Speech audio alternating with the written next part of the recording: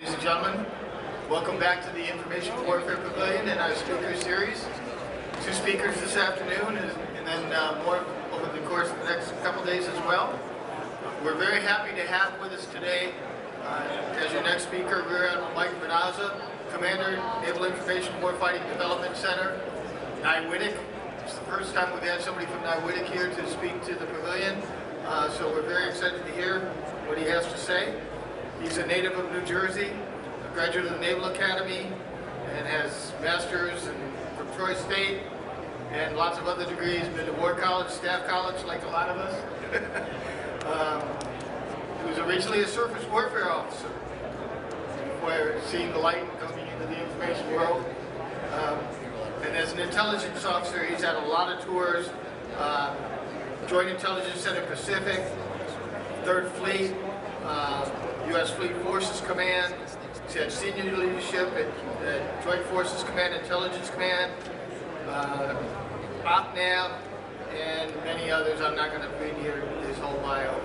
But one of the things I do want to point out is that he was one of the winners of the Edwin T. Layton Leadership Award, a very prestigious award within the intelligence community and the information warfare community as a whole now. And with that, I'm going to turn it over to Admiral Benazza.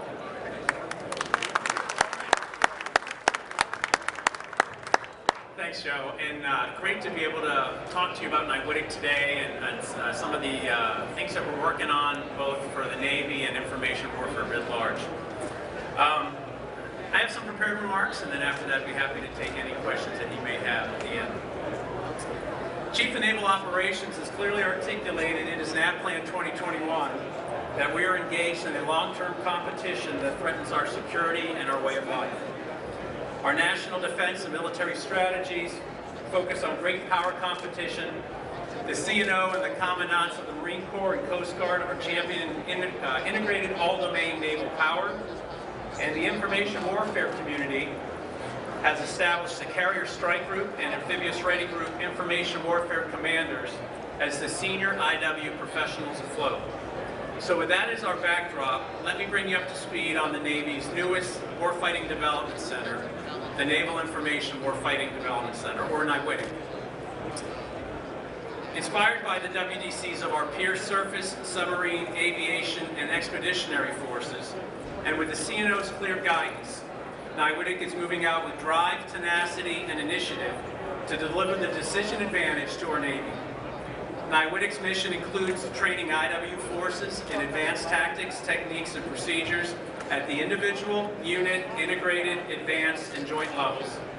NIW is the Navy's IW Center of Excellence, enhancing fleet high-end warfighting capabilities and readiness across the operational and tactical levels of war, focused on providing full-spectrum, multidiscipline IW to our fleet commanders and tacticians in order to realize the increased lethality of DMO, expeditionary advanced base operations, and littoral operations in a contested environment. So with 2022 off to a fast start, I want to talk to you briefly about some of the key focus areas for NIW. First one is enhancing lethality through our WTI, or Warfare Tactics Instructor Program, and the Information Warfare Commanders.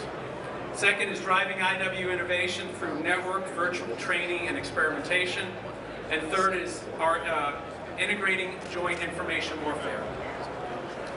In January, we commenced our 8th class of Warfare Tactics Instructors since the program stand up in 2018. The 27 candidates, 17 commissioned officers, 5 warrant officers, and 5 senior enlisted are developing expertise across the information warfare disciplines of Intel Ops, METOC, Command and Control and Cyberspace Operations, and Electromagnetic Warfare. Within the ranks of this WTI class are 3 U.S. Marines and our first Coast Guard WTI. When they complete this challenging 10-week course, they will have earned their WTI badge, bringing the total of information warfare WTIs in the fleet to over 150. Adding significantly to the growing warfighter footprint, supporting Carrier, Strike Group, Amphibious Ready Groups, Destroyer Squadrons, Navy Special Warfare, Air Wings, Maritime Ops Centers, and fellow WDC staffs at Surface Mine Warfighting Development Center, Naval Aviation Warfighting Development Center, the Undersea Warfighting Development Center, and the Expeditionary Warfighting Development Center. The WTI is designed to be a warrior, thinker, and instructor, with an emphasis on integration of information warfare disciplines, tactical knowledge and application, immersion in doctrinal TTPs, and the development of instructor skills through final project presentations. The candidates complete an initial 4-week baseline where they receive instruction applicable to solving a series of practical vignettes and battle problems focused on the pillars of IW: battle space awareness, assured command and control, and integrated fires. Following the baseline instruction, candidates then enter into a 6-week mission area training phase specifically designed for their specialties, which culminates in the development of and presentation of a final product. In these final projects, candidates are then assigned a real-world tactical study aligned to a fleet issue. The students are challenged to conduct a thorough analysis and propose solution to some of the most difficult challenges facing the IW community in the Navy. To enhance the fleet's ability to harness the WTI's tools of innovation and integration, NIW has also developed an information warfare commander training curriculum to prepare senior information warfare officers for their roles as both operational and tactical levels of war. And we are executing our 3rd iteration of this important training in May of this year. For our information warfare commanders to deliver the lethality in our naval warfighting concepts, NIW is harnessing the combined strengths in live virtual constructive training, fleet experimentation, and the rapidly developing areas of artificial intelligence, machine learning, data science, and space and cyber to create a test bed for developing, testing, and validating 21st century IW solutions. This virtual secure environment will incorporate digital twins and applicable information technology, ISR tools, INW, targeting, software applications, communications, space, and cyberspace systems. Setting this virtual theater under controlled conditions provides repetition and scalability, minimizes operational security risks, enables rapid TTP development and validation, and captures human performance data for improved feedback and accelerated learning. It also teaches our IW teams to fight hurt across the competition conflict continuum. Further, to support a broader training environment, our efforts will be synchronized with other warfare areas, the air, surface, and subsurface community, support IW at the operational levels of war, including the Marine Corps and the Coast Guard, and teaming with Naval Information Warfare Systems Command and their work in building and developing and integrating Project Overmatch. We will also create synergies and efficiencies to meet those goals and objectives. Our capacity and agility to rapidly reorient and offer game-changing solutions will be paramount to the Navy's resilience and success in great power competition. Looking to the joint environment, NIW has multiple efforts to close the joint seams in information warfare. Specifically, we are working with the U.S. Army 18th Airborne Corps Scarlet Dragon series of exercises, exploring all-domain sensing that leverages AI and data management to enable the application of deliberate and dynamic targeting processes. Additionally, in support of NAV-I4's AI/ML Task Force Station HYPO, NIW personnel are participating in the Air Force AI Accelerator Phantom Fellows program at MIT. This program is an opportunity to work alongside the MIT faculty and full-time U.S. Air Force AI subject matter experts on various AI/ML projects supporting Navy and DoD. So against the backdrop of strategic competition, NIW's work training and developing cutting-edge warfare tactics to defend our nation is absolutely critical. We have a strategic imperative and an energizing mission that we are meeting with a purposeful pursuit of excellence and urgency. And looking ahead, there is much to do and our future is bright. We're working with the fleet to help codify the IW Commander ConOps, partnering with Naval Postgraduate School to develop opportunities for NIW warfare tactics instructors and NPS students to collaborate on fleet IW warfighting projects, and teaming with the Office of Naval Research to develop IW science and technology objectives for fleet investment. Winning in contested seas means delivering the decision advantage that enables speed, action, and maneuver through the full range of military operations in all domains. And that's information warfare. Meteorology, cryptology, oceanography, information professionals, intelligence, space, cyber, both active and reserve. That will conclude my formal remarks, and I'm happy to take any questions you have.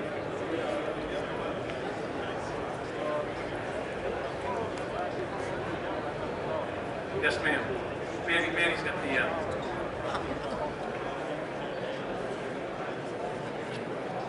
Hi, Megan Eckstein with Defense News. Earlier, Admiral Ashtenbach talked about the need for LVC, and I just wonder from your perspective what you're able to do now and start in terms of carrying out your mission versus what LVC would really bring to you. Well, we're able to carry out a lot of our mission as we have been doing. The LVC piece is going to be able to do some of the higher end capabilities that Admiral Ashtenbach talked about that we're not able to do currently at certain classification levels, either due to OPSEC security concerns there. But LVC, as I mentioned too, will allow us to rapidly develop the TTPs and the CONOPs that we need to do and run our IW teams through the various team training scenarios that are being developed. But to your original question, we're able to execute much of our mission right now. Yeah, the LVCs is going to be a good a game changer in terms of the other items I talked about. Yeah.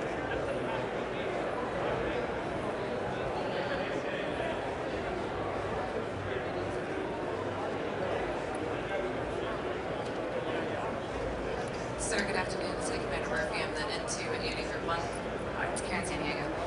So the LVC is a very exciting concept, sir, but what's the plan for integrating what NIW's doing with a lot of the operational tours like Exotic or some of the other warfare development centers for those of us assigned to operational units? Does that make sense? Hold the mic closer to you.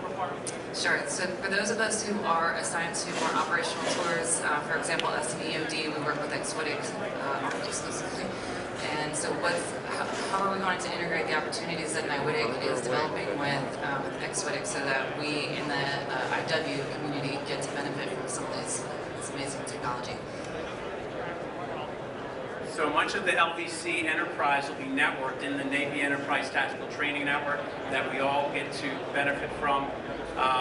We are working with WDCs that support you as well to integrate the items that will be needed for that LVC environment. So as we build through increment 1 and beyond of the LVC environment, we're going to be working with the WDCs through a variety of warfare working groups to inculcate those IW capabilities that all domains need in that environment.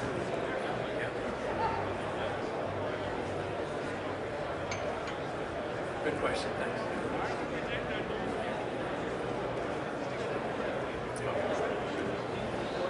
Good afternoon, sir. I had a question in regard to machine learning. What aspects of machine learning do you see helping, especially when it comes to sharing data across different applications? Is that something that your organization is interested in as part of the AI integration? Yeah, so that's a great question too. So to be honest, we're just unpacking that, what that looks like right now. We're developing our strategic plan for what that task force station type will be doing. And so each TICOM has an AI ML effort, and between the different TICOMs, our individual efforts are teaming to see where we can leverage each other's strengths. As we look to go and see in terms of AI data, getting the data curated and machine learning, as we explore that, we're going to hopefully find some opportunities there that are specifically applicable to information warfare.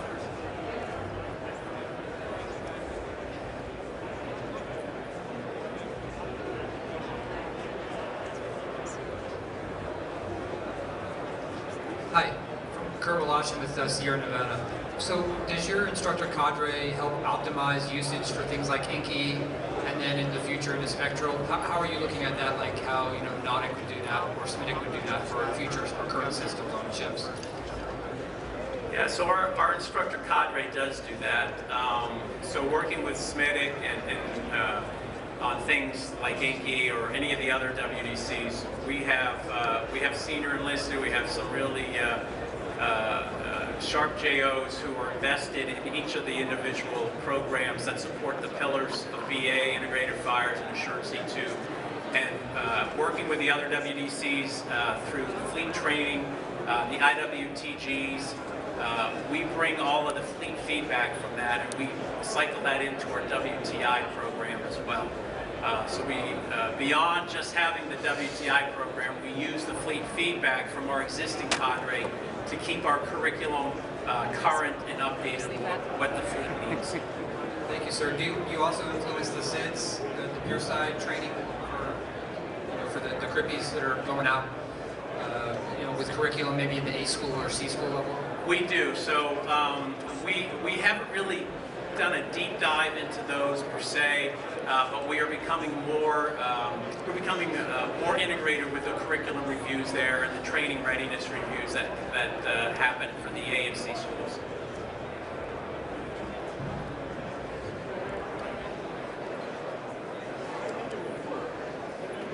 Hi. Audrey Decker with Inside Defense. I have another LVC question. I guess I'm wondering what's next for LVC training? What will upcoming investments be focused on? What does the Navy hope to accomplish in the next year or so with the program? Thank you. Sure. So I can only talk from an IW perspective. So really for what we're trying to do now is we're trying to build out a broad, integrate IW into the existing LVC network that has been built by adding additional capabilities at higher classification levels so that we are able to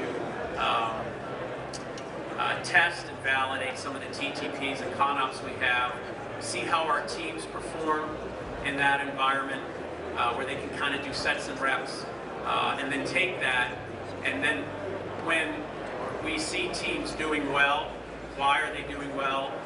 If we see teams struggling, why are they struggling? And can we close those gaps and seams either by making improvements in the schoolhouse or our TTPs and CONOPs? So that's kind of the near-term future for what we're trying to do for IW as we build out the infrastructure to support that.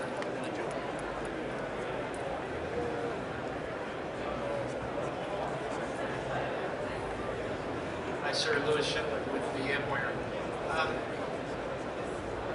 Looking at what's going on in Ukraine the last couple of weeks, where IW has been a largely public exercise because of open source and U.S. government use of tactical deployment of open source, things like that.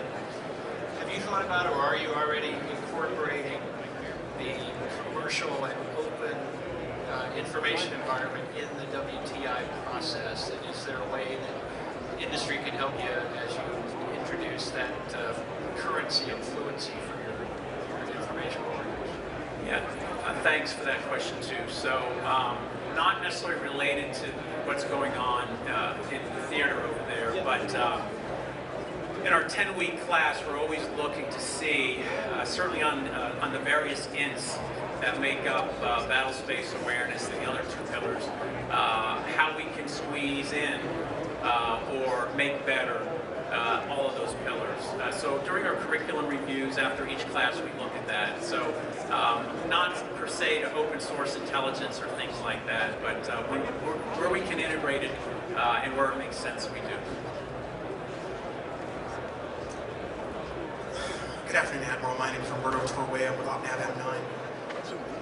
Because I'm not familiar with WTI or even the baseline curriculum that's being done at NIW, what is the difference and why couldn't what's being taught with the WTIs be incorporated into the baseline curriculum that all information warfare officers get as they begin to start their careers? Yeah, that's a great question too. So I think at the WDC level, what is different there is we have a captive audience for 10 solid weeks, and And we're able to leverage the WTI network from the other WDCs that aren't otherwise readily accessible in other early curriculums or early training. And then most of the folks that are WTIs, when they come to us, they're already building. They already come to us with a good level, a good fleet understanding. So what the WTI program does is look to make that better through doctrine, TTP, and also the concepts of IW integration. We really need to do that earlier, and the WTI program looks to get after that, where we're integrating all of the IW disciplines. So at the end of the 10-week program there, they have a really good understanding of not only what they're bringing to the fight, but what the other communities are bringing to the fight as well. And then when they go out to the fleet or their production tour or their post-job, they're able to leverage the WTI network to help them in any of the challenges they have in their jobs. So that's kind of what that brings to the fight. So thanks for the question.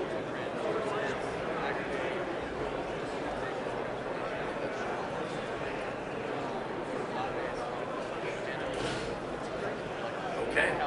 Well, I appreciate all your time today. Thanks for your time, and I'm happy to stick around here for any questions you may have at the end one-on-one. Thank you.